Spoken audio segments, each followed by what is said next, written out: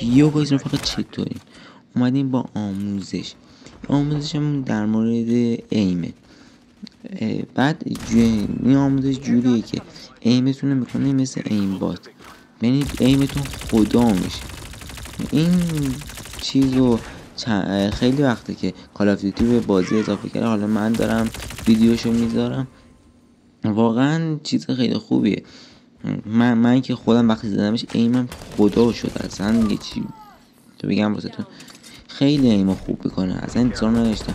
قفلی میزنه رو یارو تا اندازه ویل نمیکنه، ایمو مثل لیزر میکنه. حالا مثلا با 117 این چیزو امتحان کنین، خیلی ایمو خدا میکنه. تفاوتشو خودتون وقتی این کار کردی میبینه. خب بریم سراغ آموزش. اول وارد ستینگ میشیم،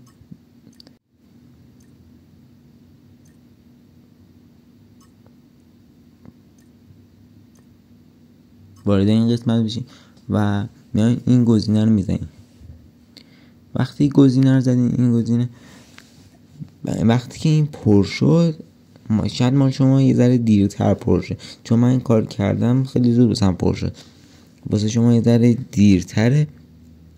بعد وقتی اینجوری شد از بازی پرتتون میکنه بیرون.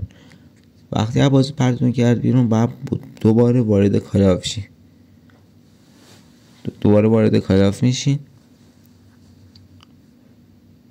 وقتی که حالا تا لود بشه،